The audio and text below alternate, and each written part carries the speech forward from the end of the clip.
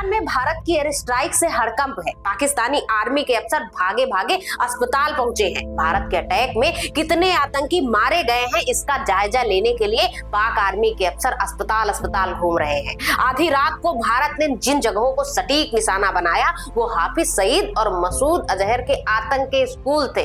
भारत ने पाक के लगभग में 9 जगहों पर आधी रात को तबाही वाली 24 मिसाइलें दागी।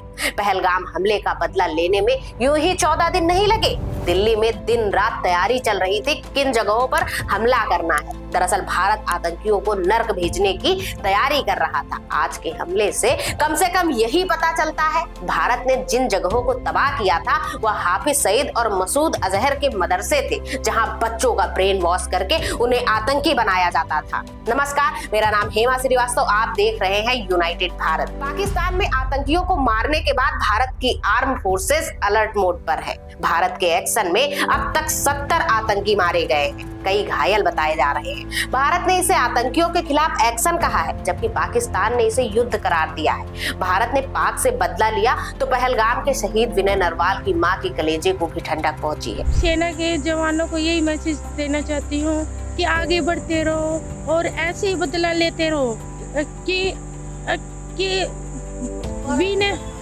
कि ऐसी कोई घटना दोबारा न घटे। उनको मुंह तोड़ जवाब देना ऐसे ही देना चाहिए। आधी रात को जब पूरा पाकिस्तान चैन की नींद में था तब भारत की सेना पहलगाम हमले के इंतकाम के लिए कमर कस चुकी थी। ऑपरेशन सिंदूर के तहत रात भर चले सटीक हमलों में कुल 9 ठिकानों को निशाना बनाया गया, जिसमें लश्कर के 3 और जैश के 4 लॉन्चिंग पैड भी खाक में मिला दिए गए। ऑपरेशन सिंदूर पर विदेश मंत्री एस जयशंकर की प्रतिक्रिया आई।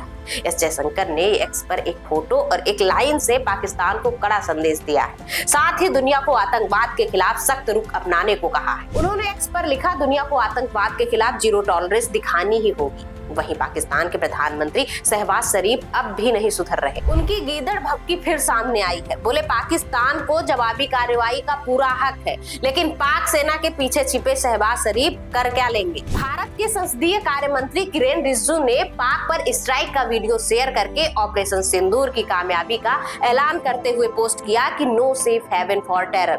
ऑपरेशन के लिए चुने गए इन 9 टारगेट में से हर एक का भारत में किए गए प्रमुख आतंकी साजिशों और घुसपैठ के प्रयासों से जुड़ाव का इतिहास रहा है। भारत ने भारत पाकिस्तान सीमा पर आतंकवाद के इकोसिस्टम में उनकी अहमियत को लेकर एनालिसिस किया और उसी के आधार पर इन साइटों की पहचान की गई। पाकिस्तान के दक्षिणी पंजाब में बहावलपुर को भारत ने सबसे बड़ा टारगेट बनाया। इसकी वजह यह है कि यह शहर व्यापक रूप से मसूद अजहर के जैश ए मोहम्मद के मुख्यालय के रूप में माना जाता है। इस आतंकी समूह ने 2001 में संसद हमले और 2019 के पुलवामा आत्मघाती बम विस्फोट सहित भारत में कई हाई प्रोफाइल हमलों की जिम्मेदारी ली है। अगला टारगेट कोटली पाकिस्तान के कब्जे वाले कश्मीर में स्थित है। इसे बार बार आत्मघाती हमलावरों और विद्रोहियों के लिए एक प्रमुख ट्रेनिंग ग्राउंड के रूप में चिन्हित किया गया है। मुरीद के लाहौर से लगभग 40 किलोमीटर उत्तर में स्थित है। यह लश्कर ए तैयबा और उसकी शाखा जमात उद दावा का लंबे समय से केंद्र है। 200 एकड़ से अधिक में